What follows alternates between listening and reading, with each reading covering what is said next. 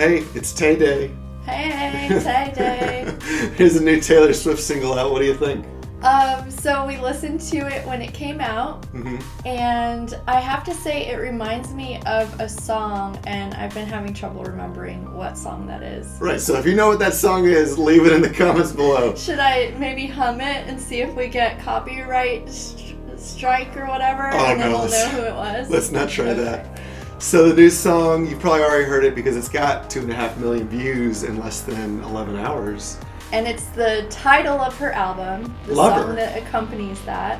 Yeah, Lover. And this is not what the kids call a bop. No. This is not a poppy, up song. This is more, like you said, a love ballad, right?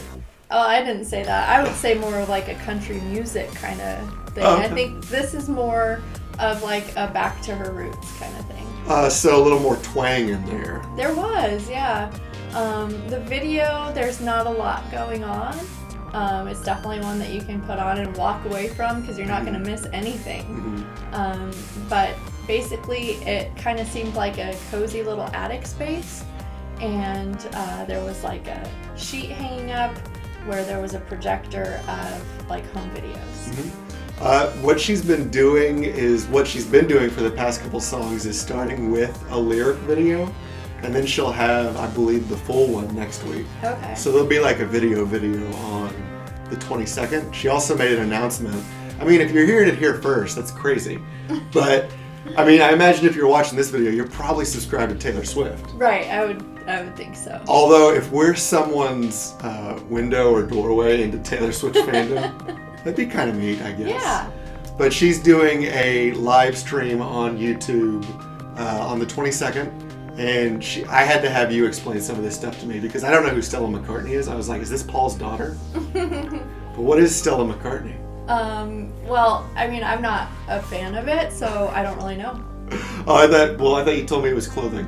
Well, I think it's shoes. I don't know. I've never bought anything Stella McCartney. So it turns out we both don't know. But she's got some sort of collaboration with Stella McCartney that she'll announce. Right. And also doing a live performance. And I think that's when the album, all of it, Lover, comes out. So this song is about, do you remember who her boyfriend is? Who her lover is in real life? No. It's Joe Alwyn, who's an actor. And we've seen him in, what was it, the Emma Stone movie, The Favorite? You remember him in that? Barely. Okay. He doesn't have like a super magnetic, charismatic screen presence. Not on screen, but I'm sure Taylor thinks so. Yeah, what's funny, one of the lyrics in here is that, in this new song Lover, is that she's always worried that everybody else wants him. Girl, calm down. Okay. You need to calm down. A good callback. And that was also like in the track Me from a month or so ago, where she's talking about like there's a lot of cool chicks out there. So this is like kind of a repeated motif of unfounded jealousy or worry. Well, I think in almost all of her songs, she talks about how jealous she is, or how crazy she is, or, whatever. So at least she's not hiding it. He knows what he's getting into. Maybe he should stop talking to girls if he wants, like, peace. Like, just at all? Just cut him out entirely? Probably a good idea. Yeah, why not? So they've been together, I don't know if it's her longest relationship, but she says, another lyric in the new song, they've had 3 summers. 3 summers. But she wants them all. Right. And the whole summer, too. Not just part of each summer. No. I want all of the summer. That's what I want. Okay. That's what I got, right? That's fair, but at this point, you got a little more. A couple more than 3 summers. Right. I get the spring and the fall and the winter. Oh. But as long as we stay together, we'll always have more than Taylor and Joe. We'll always be a couple steps ahead of them. Right. And that's what's important. We're their couple goals. Couple. That's good. So some of the other stuff I thought was funny in this video is like right at the beginning they talk about, well, they've got a place together. I guess they bought a home together in real life. And they can keep the Christmas lights up as long as they want. Well, no, just through January. Oh, okay. So what is it? Through Epiphany. Anything after January 6th or 12th or whatever it is, you got to take them down. Honestly, you can do what you want. Okay.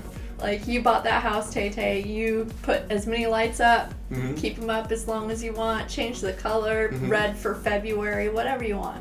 Another thing they can do is allow people to crash in the living room. It's their place. It's totally allowed. Although I think even if you rent a place, usually that's allowed. Yeah. You could have someone crash. I kind of feel like they could probably afford a guest room. Yeah, they're just making everyone stay on the couch. Well, I thought this song it's not my favorite. I liked it. I think I listened to it twice, watched the video twice, and it grew on me from 1 to 2, so maybe it'll keep growing on me. But I'm really more of a Taylor Swift fan for the bops. The pop. The pop. I want to watch the dance tracks, the pop music tracks. Mm-hmm. That's really more why I'm there. Yeah. But this is nice too. No, I like it.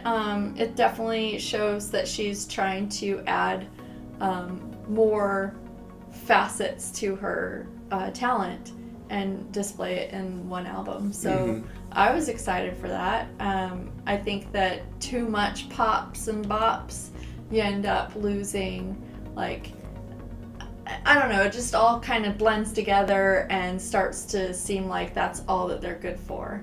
And especially nowadays when, I mean, in no way are these lyrics like profound or anything, but nowadays it seems a lot of artists just kind of repeat the same sentence over and over in different ways and like chop it up and have a beat. And so really all people are fans of are the beats. But in this one, she really has a lot more layers to it. Yeah, and then at the end it has, I think she's done this in the last, maybe all the songs for this album, it says copyright 2019 Taylor Swift at the end, which is, one way of saying like, I'm the author, this is mine. And also, she had that legal thing recently. Did you hear about this? Where she's suing, do you remember the name? I want to say Scooter Braun.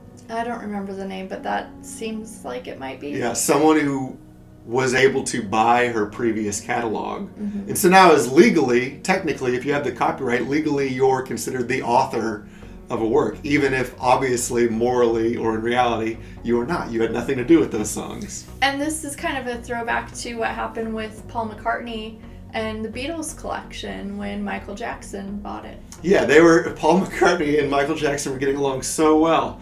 They did, Say, Say, Say? That was a great pop back in the day.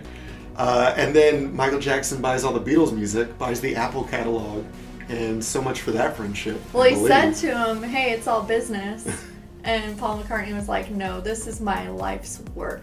Yeah, so I'm sure Taylor Swift feels very similar. She'd probably say pretty much, this is my life's work, even though she's not as old as Paul McCartney was even in the 80s. Yeah. She's still very young. Right. Looking forward to the next one? Looking forward to the album as a whole? I am looking forward to the album. Actually, I had pre-ordered it, and it was through a major retailer, and they ended up canceling the order because they had some kind of issue that popped up, and then I noticed that Taylor Swift announced that you can pre-order through her website, but then it forces you into a major retailer that canceled it previously. So I'm not sure what that's all about. I'm just going to go to the store to get it because I don't really trust the pre-order at this point. Just we'll wait till we see it actually in front of us, and then we'll get a copy, maybe 2 copies. One for each car? Yeah, just in case. But, let's talk a bit about the art. So this is actually what I'm drawing today. I didn't even mention this all the way to this point in the video. What I'm drawing today is an expansion. I'm continuing working on the first piece of art I put up on this channel. So if you go all the way back to the end of the archives, you'd see this as the #1 video. And it's me drawing from a concert photo of Taylor Swift. Maybe you can't recognize her because it's from behind. What do you think? Does this still read as Taylor Swift? Yeah. Yeah. I mean, it definitely could. You could say that this is like Tightness, also one of your original creations. Yeah, without the face there. Yeah, it could be anybody, so that's kind of cool. But this isn't the only time that you've drawn Taylor Swift. Do you have any other clips? Oh yeah, absolutely. There's plenty of other stuff. I'll put together a playlist, I think, and also link some of them at the end of this video. But I want to mention here, I was really trying with the color palette to go with this sort of me pastel sort of look that was really in that me video. So what do you think? Success there? Yeah. I've noticed that this whole Lover album has that theme of pastel bright colors, very beautiful, bold choices, even though it's a softer palette. I like it. Well, that's really all I'm going to say about this. You know, like I said, I'll link to some other Taylor Swift videos. But if you like this, what can people do if they like the video? You should click that like button and tell us in the comments below why you like it. And be sure to subscribe so you can get updates when we have more content available. Yeah, and if you're an artist yourself, like I always say, if you want to get to become a better artist, you got to keep drawing. You got to draw every day. So, everyone, until next time, keep drawing.